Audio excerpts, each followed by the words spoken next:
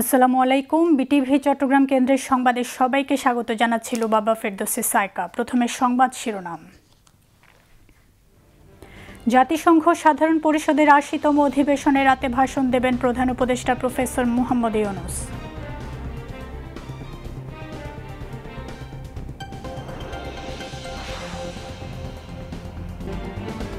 যুবকদের অন্তর্ভুক্তি ছাড়া টেকসই বৈশ্বিক অগ্রগতি সম্ভব নয়। যুবদের জন্য বিশ্ব কর্মসূচির ৩০তম বার্ষিকী উপলক্ষে জাতিসংঘে উচ্চ পর্যায়ের বৈঠকে প্রধান উপদেষ্টা।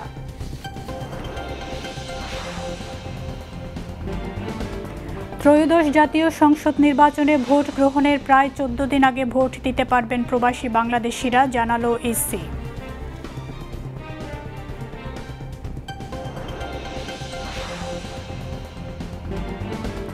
রোহিঙ্গাদের প্রত্যাবাসনে আন্তর্জাতিক চাপ সৃষ্টিতে বাংলাদেশের প্রচেষ্টা অব্যাহত রয়েছে, বললেন দুর্যোগ ব্যবস্থাপনা ও ত্রাণ উপদেষ্টা।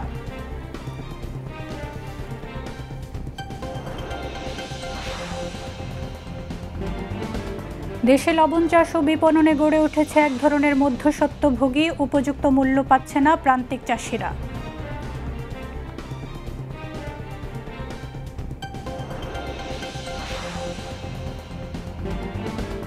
গাজা ইসরায়েলি আগ্রাসনে ১১ শিশুসহ ৫৭ ফিলিস্তিনের প্রাণহানি। শান্তি প্রতিষ্ঠায় জাতিসংঘ, ট্রাম্প ও অন্যদের সাথে কাজ করার অঙ্গীকার ফিলিস্তিনি প্রেসিডেন্টের।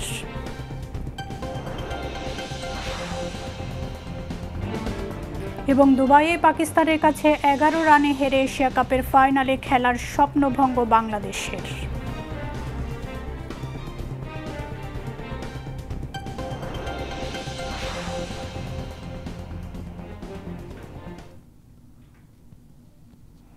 এতক্ষণ সংবাদ শিরোনাম শুনলেন, এবারে বিস্তারিত।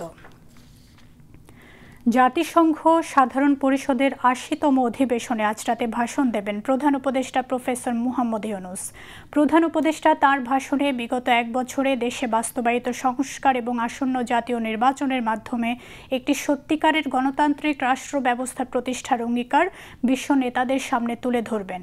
এছাড়া প্রধান উপদেষ্টার ভাষণে রোহিঙ্গা সংকট ও ফিলিস্তিনের ওপর ইসরায়েলি হামলা বন্ধের বিষয়েও গুরুত্বপূর্ণ বার্তা থাকবে বলে আশা করা হচ্ছে।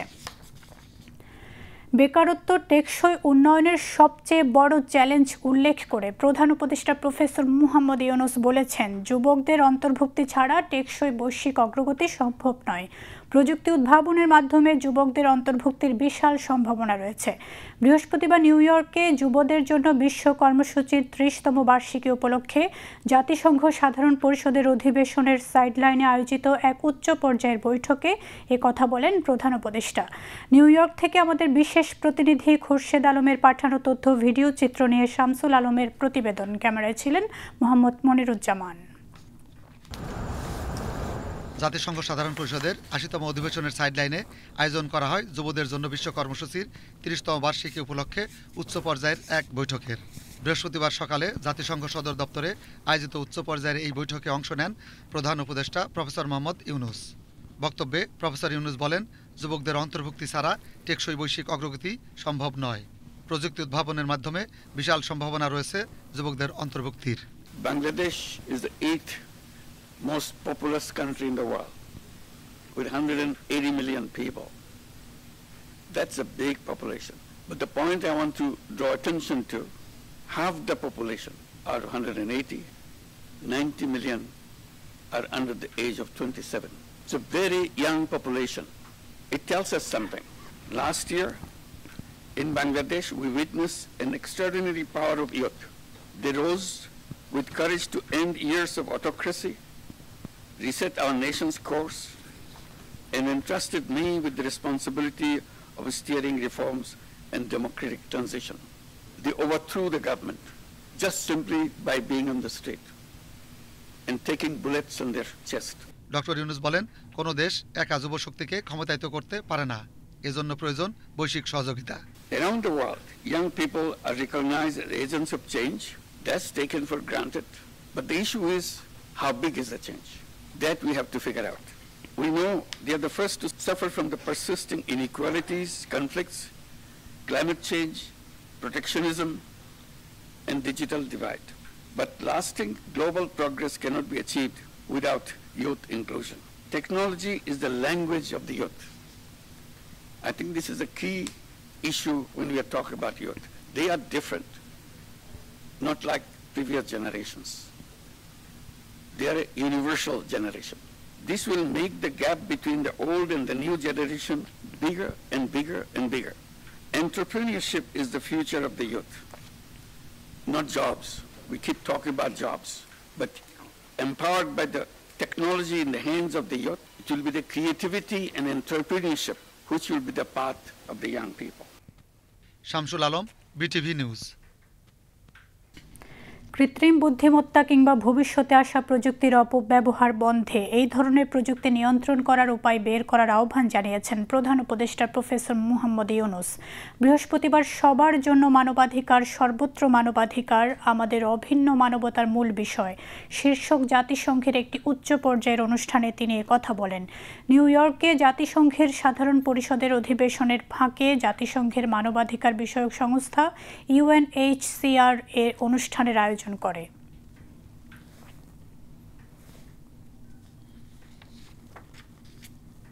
Extreme amount of that abuse comes from the concentration of wealth itself. If you look at the media or any communication, gradually it becomes in the control of fewer and fewer hands because you have the money, you have the authority, you have the political power, you do that. Here we are standing for freedom, but at the same time you are creating a mechanism by which you take it away completely, forever. You cannot make any noise. So this is one thing that we have to come back. It's freedom, yes, but freedom with some limits. You cannot go on doing this because you cannot abuse that power of freedom. Particularly it becomes critical in the face of technology. Technology is coming. They use their freedom. Freedom to abuse, freedom to say anything, massive way. So where does our freedom go? Which freedom are we protecting now? Fake news, abusive campaigns, those who control finances, those who want to control businesses, or any political ambitions. So where do you limit that? So this is one, simultaneously we have to address that. As the technology proceeds, AI comes in. How do you fight with the AI to protect your rights that you have been describing, and we are protecting all the movement that we have created over years?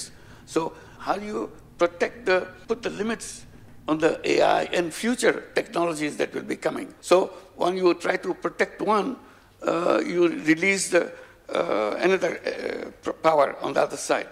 How do you manage that? So the management issue becomes more important for us. New ইয়র্কে প্রধান উপদেষ্টা professor Muhammad ইউনূসের বিভিন্ন কর্মসূচিতে অংশগ্রহণ নিয়ে সাংবাদিকদের briefing করেন press সচিব শফিকুল আলম। তিনি বলেন, নিউ ইয়র্ক সফরের চতুর্থ দিনেও প্রধান উপদেষ্টা ব্যস্ত দিন অতিবাহিত করেন। আজকে সকালে উনি একটা ইউথের উপরে একটা কনফারেন্সে জয়েন করেছিলেন। একটু আগে উনি ইউথ নিয়ে আরেকটা কনফারেন্সে উনি এটা কো-চেয়ার করছেন। এই খুব ইম্পর্টেন্ট এগুলো, এটা নিয়ে এটা 2 ঘন্টার একটা সেশন, সেখানে উনি এটাকে মডারেটিং করবেন। এছাড়া আজকে ডাচ প্রাইম মিনিস্টারের সাথে ওনার 1-to-1 একটা মিটিং হয়েছে, খুবই ইম্পর্টেন্ট মিটিং ছিল। আরেকটা হচ্ছে যে উনি একটা ফোর্ড ফাউন্ডেশনে হিউম্যান রাইটস নিয়ে, গ্লোবাল হিউম্যান রাইটস নিয়ে একটা প্যানেল ডিসকাশন ছিল, সেখানে উনি ছিলেন, সেখানে উনি বক্তব্য পেশ করেছেন। ত্রয়োদশ জাতীয় সংসদ নির্বাচনে প্রবাসী বাংলাদেশিরা ভোট গ্রহণের প্রায় 14 দিন আগে ভোট দিতে পারবেন। এই লক্ষ্যে 28 দিন আগে ব্যালট পাঠানো হবে। শুধুমাত্র নিবন্ধনকারীরা পোস্টাল ব্যালটে ভোট দিতে পারবেন। আরও জানাচ্ছেন আফরিন জাহান, ক্যামেরায় ছিলেন মেহেদি আরেফিন। নির্বাচন কমিশনের এবারের লক্ষ্য 50 লাখ প্রবাসী ভোটার। ইতিমধ্যে বিদেশে অবস্থানরত বাংলাদেশি মিশনগুলোর মাধ্যমে প্রবাসীদের ভোটার নিবন্ধনে অংশগ্রহণ করার জন্য প্রচারণা শুরু হয়েছে। নিবন্ধনের আলোকে ধাপে ধাপে প্রবাসীদের জন্য ব্যালট মুদ্রণ শুরু করবে ইসি। যেহেতু প্রবাসী ভোটিং সিস্টেমটি পুরোটাই একটি প্রযুক্তিগত বিষয়, সেক্ষেত্রে এটা বুঝতে গেলে অনেকের মধ্যেই হয়তো নানা প্রশ্ন জাগতে পারে। সেই প্রশ্নের সমাধানই মিলবে আজকে আমরা আপনাদেরকে জানাবো কিভাবে ধাপে ধাপে একজন প্রবাসী তার ভোটটি প্রদান করবেন এবং বিদেশ থেকে বাংলাদেশে নির্বাচন কমিশনে পাঠাবেন। একইভাবে দেশে যারা পোস্টাল ভোটিংয়ের মাধ্যমে ভোট দিবেন তারাও জানতে পারবেন কিভাবে ত্রয়োদশ জাতীয় সংসদ নির্বাচনে তারা একজন ভোটার হিসেবে অংশ নেবেন। প্রথমে ইসি নির্দেশিত অ্যাপে মোবাইল নম্বর প্রবেশ করানোর পর ওটিপি আসবে। এরপর নিজের ছবি দিতে হবে জাতীয় পরিচয়পত্র সহ, দিতে হবে এনআইডির ছবিও। এরপর পাসপোর্ট থাকলে সেটির ছবি দিতে হবে। সবশেষে বিদেশের বর্তমান ঠিকানার তথ্য দিতে হবে। সিস্টেম থেকে সব তথ্য যাচাই করে সত্যতা মিললে আপনি এখন নিবন্ধিত লেখাটা প্রদর্শিত হবে অ্যাপে। অপেক্ষা ব্যালট পেপারের জন্য। নিবন্ধন সম্পন্ন হওয়ার পর সংশ্লিষ্ট রিটার্নিং কর্মকর্তার কাছে ভোটারের তথ্য চলে যাবে। সে অনুযায়ী হবে পৃথক ভোটার তালিকা। এরপর ইসির নির্ধারিত সময়ে সংশ্লিষ্ট ভোটারের বর্তমান ঠিকানায় মার্কা বা প্রতীক সম্বলিত ব্যালট 3টি খামে পাঠাবেন রিটার্নিং কর্মকর্তা। একটি খামের ভেতর আরও 2টি খাম থাকবে, যার একটিতে থাকবে ব্যালট পেপার, আরেকটি খামে থাকবে আসন নম্বর ও রিটার্নিং কর্মকর্তার ঠিকানা। ভোটার ব্যালট পেপার বের করে ভোট দিয়ে দ্বিতীয় খামটিতে ভরে কাছের পোস্ট বক্সে জমা দিলেই কাজ শেষ। যে প্রত্যেকটা ইন্ডিভিজুয়ালের আসলে কিউআর কোড থাকছে, ইউনিক আইডেন্টিফায়ার সব ভোটারদের থাকবে, এমনকি ওনারা ট্র্যাকিংও করতে পারবেন যে ওনাদের পোস্টাল ভোটটা বা ব্যালট পেপারটা কোথায় আছে। ওনার নিজের দায়িত্বে এটা ড্রপ করতে হবে ওনার। আর ডাক মাশুল পুরো পরিশোধ করা থাকবে বাংলাদেশ পোস্ট অফিসের মাধ্যমে। সো ওনার এখানে কোনো খরচ বিয়ার করতে হবে না। দেশের বাইরে 28 হচ্ছে ম্যাক্সিমাম, তারপরে 28 প্লাস মাইনাস 30ও যেতে পারে, ওটাকে পুরো ওভাবেই প্ল্যান করা হয়েছে। আর দেশের ভিতরের ক্ষেত্রে আমাদের হিসাবে 7 দিন থেকে 10 দিন ডাক বিভাগ আমাদের এভাবেই সাজেস্ট করেছে যে এটা গুড এনাফ।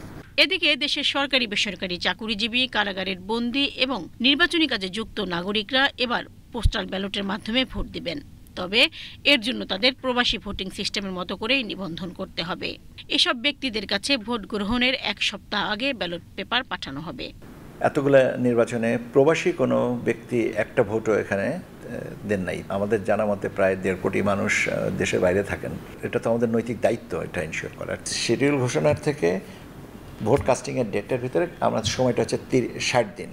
তো আমরা শিডিউল ঘোষণার পরে যে আপনার প্রতীক বরাদ্দ হবে, এরপরে তো আমাদের দিতে হবে, এবং আমাদের ধারণা যে 28 দিন সময় লাগে চিঠিটা যাওয়া এবং ফেরত আসা। দেশি বিদেশি পাঠানো চিঠির অবস্থান গ্লোবাল পজিশনিং সিস্টেমে তদারকি করবে ডাক বিভাগ। আফরিন জাহান, বিটিভি নিউজ, ঢাকা। দুর্যোগ ব্যবস্থাপনা ও ত্রাণ উপদেষ্টা ফারুকী আজম বলেছেন, বিশ্ব মঞ্চ থেকে অন্তরালে চলে যাওয়া রোহিঙ্গা ইস্যুকে সামনে এনেছে বর্তমান অন্তর্বর্তী সরকার। রোহিঙ্গাদের প্রত্যাবাসনে আন্তর্জাতিক চাপ সৃষ্টিতে বাংলাদেশের প্রচেষ্টা অব্যাহত রয়েছে। তিনি আজ সকালে চট্টগ্রাম প্রেস ক্লাবে চট্টগ্রামের চোখে রোহিঙ্গা সংকট, মানবতা, নিরাপত্তা ও ভবিষ্যৎ শীর্ষক আলোচনা সভায় এ কথা বলেন। চট্টগ্রাম ফোরাম আয়োজিত আলোচনা সভায় ধারণাপত্র উপস্থাপন করেন চট্টগ্রাম বিশ্ববিদ্যালয়ের যোগাযোগ ও সাংবাদিকতা বিভাগের সহযোগী অধ্যাপক doctor Shahidul Haque. Bangladesh human rights foundation BHRF এর সাধারণ সম্পাদক অ্যাডভোকেট জিয়া হাবিব আহসানের সভাপতিত্বে সভায় অন্যান্যের মধ্যে চট্টগ্রাম বিশ্ববিদ্যালয়ের আইন বিভাগের সহযোগী অধ্যাপক সাইদ আহসান খালিদ, বাংলাদেশ বার কাউন্সিলের সদস্য advocate ASM Badrul Anwar, Arakan Rohingya national অ্যালায়েন্সের চেয়ারম্যান নুরুল ইসলাম, BHRF এর প্রেসিডেন্ট শফিকুল ইসলাম চৌধুরী সহ মানবাধিকার কর্মী ও চট্টগ্রামের সিনিয়র সাংবাদিকবৃন্দ বক্তব্য রাখেন।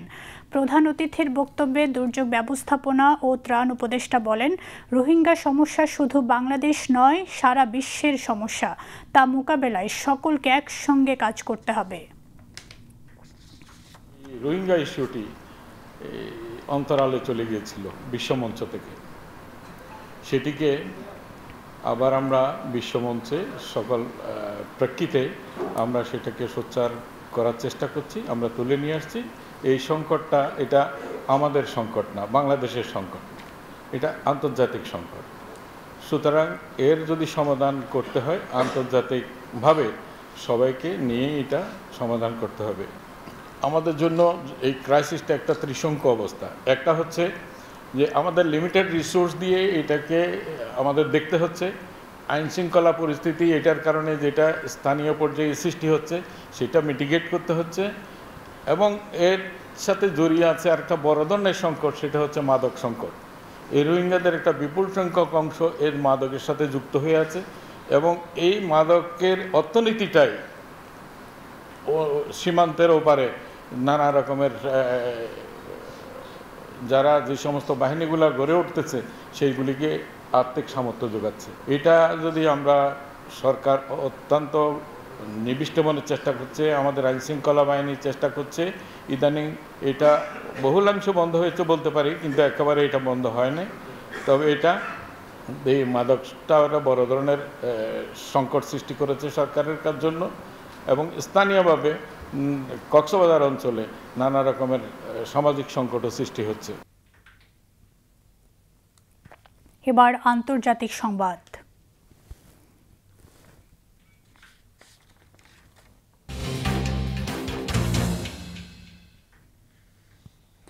মার্কিন প্রেসিডেন্ট ডোনাল্ড ট্রাম্প বলেছেন ইসরায়েল তার ভূখণ্ডের সঙ্গে অধিকৃত পশ্চিম তীরকে সংযুক্ত করতে পারে না। তার এই মন্তব্যে তার সঙ্গে ইসরায়েলের প্রধানমন্ত্রী নেতানিয়াহুর তৈরি হয়েছে স্পষ্ট মত পার্থক্য। এদিকে গাজায় ইসরায়েলি হামলায় প্রতিদিনই বাড়ছে নিহতের সংখ্যা। গত একদিনে প্রাণ হারিয়েছেন 11 শিশুসহ আরও 57 ফিলিস্তিনি। বিস্তারিত ডেস্ক রিপোর্টে। ইসরায়েলকে ফিলিস্তিনের অধিকৃত পশ্চিম তীর দখল করতে দেয়া হবে না বলে ঘোষণা দিয়েছেন মার্কিন প্রেসিডেন্ট ডোনাল্ড ট্রাম্প। একই সাথে গাজা নিয়ে শীঘ্রই সমঝোতা হতে পারে বলেও আশা প্রকাশ করেছেন তিনি। এদিকে 2023 সালের 7 অক্টোবর থেকে ইসরায়েলি হামলায় গাজায় এ পর্যন্ত 65,502 জন ফিলিস্তিনি নিহত হয়েছেন। আহত হয়েছেন 1,67,376 ফিলিস্তিনি। জাতিসংঘ সাধারণ পরিষদের অধিবেশনে বৃহস্পতিবার ভার্চুয়ালি ভাষণ দেন ফিলিস্তিনের প্রেসিডেন্ট মাহমুদ আব্বাস। তিনি বলেন, ইসরায়েলি দখলদার বাহিনীর আগ্রাসন কোনো যুদ্ধ নয়, এটি মানবতাবিরোধী অপরাধ ও যুদ্ধাপরাধ। এটি ইতিহাসের সবচেয়ে ভয়াবহ মানবিক ট্র্যাজেডিগুলোর একটি হিসেবে লিপিবদ্ধ হবে। সর্বশেষ ইউয়ান বসতি পরিকল্পনা পশ্চিম তীরকে দ্বিখণ্ডিত করবে, জেরুজালেমকে বিচ্ছিন্ন করবে এবং 2 রাষ্ট্র সমাধানের পথ বন্ধ করে দেবে। তিনি এটিকে আন্তর্জাতিক আইন ও জাতিসংঘের নিরাপত্তা পরিষদের প্রস্তাবের সুস্পষ্ট লঙ্ঘন বলেও উল্লেখ করেন। ফিলিস্তিনের প্রেসিডেন্ট, জাতিসংঘ, মার্কিন প্রেসিডেন্ট ডোনাল্ড ট্রাম্প, সৌদি আরব ও ফ্রান্সের সাথে গাজার শান্তি পরিকল্পনা নিয়ে কাজ করার প্রতিশ্রুতি ব্যক্ত করেছেন। এদিকে ইসরায়েলের প্রধানমন্ত্রী বেনিয়ামিন নেতানিয়াহুর উপর ভ্রমণ নিষেধাজ্ঞা আরোপ করেছে ইউরোপের দেশ স্লোভেনিয়া। বৃহস্পতিবার সরকারি এক বিবৃতিতে এই খবর জানানো হয়। এদিকে ইসরায়েলের সেনাবাহিনীকে নিজেদের প্রযুক্তি ব্যবহারের অনুমতি বাতিল করেছে প্রযুক্তি জায়ান্ট মাইক্রোসফট। এই প্রযুক্তি ব্যবহার করে তারা গাজা ও পশ্চিম তীরে প্রতিদিন লাখো ফিলিস্তিনির ফোন কলের তথ্য সংগ্রহ করত। বৃহস্পতিবার যুক্তরাজ্য ভিত্তিক সংবাদ মাধ্যম দ্য গার্ডিয়ান একথা জানিয়েছে।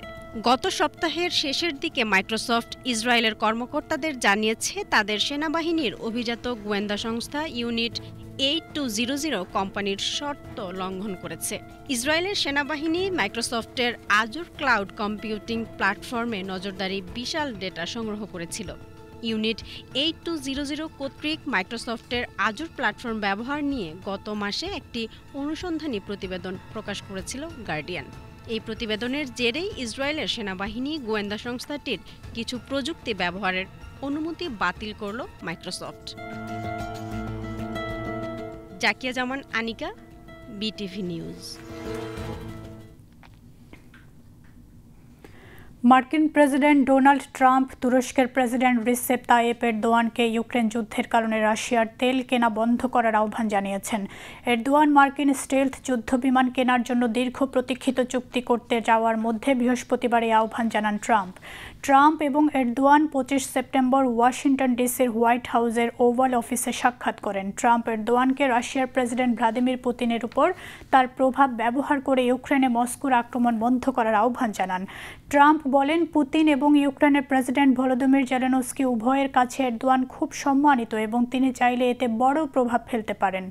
এই মুহূর্তে তিনি নিরপেক্ষ অবস্থানে আছেন।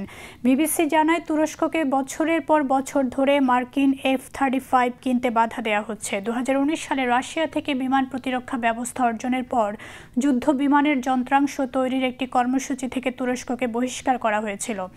ওভাল অফিসের বৈঠকটি তুরস্কের উপর থেকে মার্কিন নিষেধাজ্ঞা প্রত্যাহার বা উন্নত F-35 যুদ্ধবিমান বিক্রির কোনো দৃঢ় প্রতিশ্রুতি ছাড়াই শেষ হয়, যদিও ট্রাম্প উভয় বিষয় নিয়ে আশাবাদ ব্যক্ত করেছেন। রাশিয়ার বিভিন্ন তেল শোধনাগার ও গ্যাস সরবরাহ লাইনে ইউক্রেনের হামলার জেরে সরবরাহ ব্যবস্থা ক্ষতিগ্রস্ত হওয়ায় তেল ও গ্যাস রপ্তানিতে নিষেধাজ্ঞা আরোপ করেছে মস্কো। চলতি বছরে এ পর্যন্ত রাশিয়ার বিভিন্ন তেল শোধনাগার, পাম্পিং স্টেশন এবং জ্বালানি সরবরাহকারী ট্রেনে হামলা চালিয়েছে ইউক্রেন এমন এক সময়ে রাশিয়ার জ্বালানি অবকাঠামোতে হামলা শুরু করলো যখন ছুটির সময় থাকায় মানুষ গাড়ি চালাচ্ছে বেশি, ফলে জ্বালানি চাহিদাও এখন বেড়েছে। প্রাথমিকভাবে রুশ কর্তৃপক্ষ জানায় সরবরাহগত কারণে জ্বালানি ঘাটতি দেখা দিয়েছে, তবে রাশিয়া গ্যাসোলিন এবং ডিজেল সরবরাহ অব্যাহত রাখবে বলে রুশ কর্তৃপক্ষ জানালেও সাম্প্রতিক সময়ে জ্বালানির ঘাটতি আরও প্রকট আকার ধারণ করেছে। চলতি সপ্তাহে রাশিয়ার বিভিন্ন জ্বালানি অবকাঠামোতে বড় ধরনের হামলা চালায় ইউক্রেন। এদিকে রাশিয়ার উপপ্রধানমন্ত্রী আলেকজান্ডার নোভাক জানিয়েছেন চলতি বছরের শেষ সময় পর্যন্ত জ্বালানি রপ্তানিতে নিষেধাজ্ঞা অব্যাহত থাকবে। রাশিয়ার সরকারি বার্তা সংস্থা তাস জানিয়েছে আলেকজান্ডার নোভাক স্বীকার করেছেন রাশিয়ায় কিছুটা জ্বালানি ঘাটতি রয়েছে, তবে রাশিয়ার রিজার্ভ থেকে এই ঘাটতি পূরণ করা হচ্ছে বলে জানান তিনি। আবারও দেশের খবর। 1960 সালের দিকে সমুদ্র বেষ্টিত উপকূল এলাকায়, বিশেষ করে কক্সবাজার জেলায় পরিকল্পিতভাবে লবণ চাষ শুরু হয়। এর প্রায় 60 বছর পর 2020 সালে সনাতন পদ্ধতির পরিবর্তে পলিথিন পদ্ধতিতে লবণ চাষ শুরু হয়। লবণ চাষে কারিগরি ও পরামর্শক সহায়তা দিয়ে যাচ্ছে বাংলাদেশ ক্ষুদ্র ও কুটির শিল্প কর্পোরেশন বিসিক। বর্তমানে লবণে আয়োডিন মেশানো হয়, ফলে লবণের মাধ্যমে মানবদেহে আয়োডিনের ঘাটতি পূরণ হয়।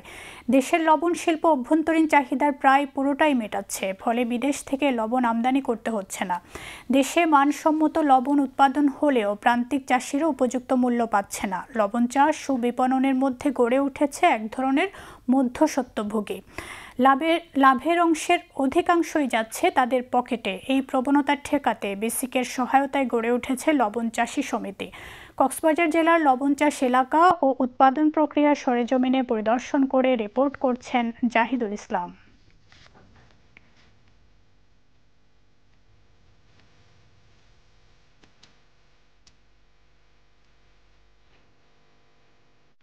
লবণ ছাড়া যেমন রান্নাবান্না হয় না, তেমনি নানা শিল্পপণ্যে লবণের ব্যবহার অপরিহার্য। কিন্তু গায়ে গোতরে খেটে যারা লবণ উৎপাদন করছেন, তারা লবণ অর্থনীতির ভাগ কতটা পান, সে প্রশ্নের উত্তর খুঁজতে গেলে অনেকটা হতাশ হতে হয়। 8-10 বছর বয়সে শুধু লবণ চাষই করি, আর অন্য কাজকর্ম আর এটা মানে কম। লবণ চাষ একটা বেশি আর কি। তো লবণ চাষের মাঝে যদি আরা যদি মানে উৎপাদন করে যদি মানে দাম পাই, ন্যায্য মূল্য পাইলে তাহলে আরা চলতে আরা মানে সুবিধা আর কি। ঋতু ভালো হইলে, সিজন বালা যাইলে মানে বালা পাই, আর যদি সিজন খারাপ হইলে ঘন ঘন বৃষ্টি হইলে মানে আরা লবণ আর কম পাই। তো লবণ কম পাই আনার কারণে আর মনে করেন লবণের রেটও না থাকিলে আরাই আনার কারণে মানে আর না পাই। এই হতাশা কাটাতে লবণ চাষিদের পাশে দাঁড়িয়েছে বিসিক। প্রান্তিক চাষিদের দেয়া হচ্ছে নিবিড় প্রশিক্ষণ, স্বাস্থ্যসেবা কর্মসূচি তো রয়েছেই। এছাড়া মধ্যস্বত্বভোগীদের খপ্পর থেকে চাষিদের রক্ষা করতে গড়ে তোলা হয়েছে বেশ কয়েকটি লবণ চাষী সমিতি। যে আমরা এখানে লবণ চাষিদের কল্যাণের জন্য আমরা সরকারের কাছে 12টি প্রস্তাবনা পেশ করেছি। এর মধ্যে রয়েছে এই যখন লবণ চাষিরা কাজবিহীন করে বসে থাকে তখন চাল দেওয়ার জন্য, চিকিৎসা দেওয়ার জন্য, এবং সরকারি জমি যেগুলো আছে এগুলো লবণ চাষিদের কাছে লিজ দেওয়ার জন্য। তারপরে এই লবণ চাষিদের মাঠ মৌসুমে গড় দেওয়ার জন্য, এবং বিভিন্ন এরকম 12টি প্রস্তাবনা আমরা রেখেছি। এর মধ্যে কিছুটা প্রস্তাবনা বাস্তবায়ন হওয়ার পথে। বিসিকে প্রতি বছর মিটিং করে ওই লবণ চাষিরে ডাকি লোন দে 15,000 করি, প্রশিক্ষণ দে প্রতি বছর। এখানে বড় বড় মিটিং হয়, বাতা দে, কম সুদে সুবিধা না, সুবিধা তো অন্য মিকা তো লইলে আরো বেশি দিতে হয়। তো ওই দালালে তো সব এই মাঠ গিয়া তো লই ফেলা, মালিকের তো একজনে 200 খানি 300 খানি লইয়া আবার আমরা কি লাগা বাড়াইয়েরও লাগা, তারপরে নুনত 50 টাকা করে কমিশনে হা। এখন চাষিদের এই আর্থিক সক্ষমতা বৃদ্ধির জন্য আমরা সরকারিভাবে যেটা করছি, বিসিকের পক্ষ থেকে কিন্তু আমরা ঋণের ব্যবস্থা করেছি একেবারে একদম কম সুদে, মাত্র 5% ইন্টারেস্টে আমরা চাষিদেরকে 50,000 টাকা করে ঋণ দিচ্ছি 7 মাস মেয়াদে আর কি। আর এর বাইরেও আমরা বাংলাদেশ ব্যাংকের মাধ্যমে সমস্ত তফসিলি ব্যাংকগুলোকে দিয়ে একটা সার্কুলার জারি করা হয়েছে, যেটাতে আমাদের লবণ চাষিরা কিন্তু এখন কৃষি ঋণের আওতাভুক্ত হয়েছে এবং কৃষি ঋণের যে রেয়াতি সুদে যে ঋণ গ্রহণ সুবিধা, সেখানে আমাদের একজন লবণ চাষি, প্রান্তিক লবণ চাষি প্রতি একরের জন্য 1,53,000 টাকা করে তার ঋণ পাওয়ার সুযোগ রয়েছে। এখানে আমরা চাষিদেরকে নিয়ে বিভিন্ন এলাকায় আমরা মেডিকেল ক্যাম্পেইন করছি, তাদেরকে কিছু প্রাথমিক স্বাস্থ্য চেক আপের সুবিধা দিচ্ছি এবং আপনার কিছু ওষুধ ফ্রি দেওয়া হচ্ছে গণস্বাস্থ্যের সহযোগিতায়। মূল সমস্যা হয়েছে গায়ের ঘাম খুইয়ে স্বাস্থ্য ঝুঁকি নিয়ে লবণ চাষ করছে যারা, তাদের নিজেদের জমি নেই। জমির মালিকদের কাছ থেকে জমি লিজ নিয়ে লবণ চাষের জন্য তাদের হাতে পর্যাপ্ত টাকাও নেই। এই সুযোগটা নেই একদল মধ্যস্বত্বভোগী। এই মধ্যস্বত্বভোগীরা কয়েক বছরের জন্য জমি মালিকদের কাছ থেকে জমি লিজ নেয়। মৌসুমে তারা চড়া দামে প্রান্তিক চাষিদের কাছে জমি দেয়। বিক্রির ব্যাপারটাও এরকম, কম দামে লবণ কিনে মিল মালিকদের কাছে বেশি দামে বিক্রি করা। এখন বর্তমানে লবণ চলের দিয়ে মনে করেন বস্তা হিসেবে নিয়ে যাই, তো বস্তা 100-150 টাকা এখন বর্তমানে, কিন্তু এটা মানে আর যেভাবে মানুষের দেয় 230 টাকা বা 40 টাকা 2,000 তিনি নিলে মানে আর নিলে নফসা আর কি। শুধু 1 বছরের না, 2-1 বছর আগে টাকা নিয়ে নেই। যারা জমিদার পক্ষ যখন টাকার অভাবী হয়, তখন ওই দালাল যারা আছে তাদের কাছে জমিনগুলা রেখে তারা টাকা নিয়ে নেয়। তখন চাষিরা আবার পরে প্রচুর দাম দিয়ে লবণের চাষ করতে হয়, কিন্তু লবণের দাম বর্তমানে যে দাম রয়েছে তার মধ্যে আমার লবণ চাষিরা খুব বেশি ক্ষতিগ্রস্তের মুখে আছে। এই অবস্থা কাটাতে বিসিক এখন লবণ চাষিদের ঋণদান কর্মসূচি চালু করেছে, তাতে কিছুটা সুফল মিলেছে, কিন্তু এটাই যথেষ্ট নয়। মিল মালিকরা বলছেন তারা শ্রমিকদের উপযুক্ত পারিশ্রমিক দেন এবং তাদের মিলে অনেকের কর্মসংস্থান হয়। বিধবা মেয়ে মহিলা আছে, ওরা তো কোনো কর্মসংস্থান নাই, ওদেরকে আমরা কর্মসংস্থান দিতে পারছি। ওদেরকে কর্মসংস্থান দিয়া আমরা তাদেরকে মানে ডেলি একটা তাদের ন্যায্য বেতন দিচ্ছি। আমরা এই কক্সবাজারের লবণের যোগানটা সারা বাংলাদেশে দিই। আমরা শুধু একটা জেলাতেই লবণ উৎপন্ন হয়, এই লবণটা আমরা সারা বাংলাদেশে মানুষকে দিতে পেরে আমরা নিজেরই তো ধন্য মনে করতেছি। এটা আমরা ব্যবসা মনে করতেছি না, আমরা আইডিন মিশিয়ে মানুষকে মানে উপকার করতেছি। গলকণ্ঠ বিভিন্ন যে আয়োডিনের কারণে রোগ হয়, এই রোগ থেকে মানুষকে কীভাবে নিস্তার করা যায়, এই জন্য বিসিকের সহযোগিতায় আমরা এটাকে ব্যবসা হিসাবে ধরতেছি না, এটা মানুষের উপকারের জন্য আমরা করতেছি। চাষিরা বলছেন তাদের সমস্যার কথা। চাষিদের মতো তারা যদি সরাসরি মালিকদের কাছ থেকে জমি পেতেন এবং সরাসরি মিলে লবণ বিক্রি করতে পারতেন, তাহলে তারা লাভবান হতেন আরও বেশি। এই অবস্থায় নতুন করে গড়ে তোলা লবণ চাষী সমিতি কতখানি ভূমিকা রাখতে পারবে, এটাই এখন দেখার বিষয়। জাহিদুল ইসলাম, বাংলাদেশ টেলিভিশন, চট্টগ্রাম। এবার আবহাওয়ার খবর।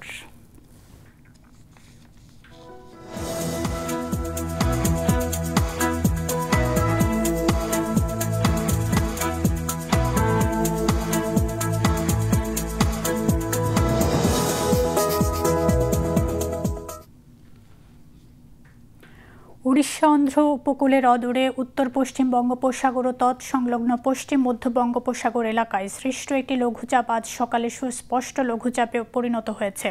এটি বর্তমানে উত্তর পশ্চিম বঙ্গোপসাগর ও তৎসংলগ্ন পশ্চিম মধ্য বঙ্গোপসাগরে অবস্থান করছে। এটি আরও ঘনীভূত হতে পারে। এর প্রভাবে উত্তর বঙ্গোপসাগর এলাকায় বায়ুচাপের তারতম্যের আধিক্য বিরাজ করছে। উত্তর বঙ্গোপসাগর, বাংলাদেশের উপকূলীয় এলাকা ও সমুদ্র বন্দর সমূহের উপর দিয়ে দমকা বা ঝোড়ো হাওয়া বয়ে যেতে পারে।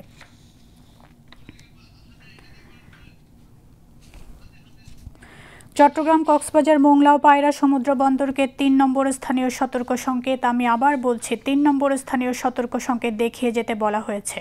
উত্তর বঙ্গোপসাগরে অবস্থানরত সকল মাছ ধরা নৌকা ও ট্রলারকে পরবর্তী নির্দেশ না দেওয়া পর্যন্ত উপকূলের কাছাকাছি এসে সাবধানে চলাচল করতে বলা হয়েছে। এই ছিল আজকের সংবাদ। তবে শেষ করার আগে শিরোনামগুলো জানিয়ে দিচ্ছি আরও একবার।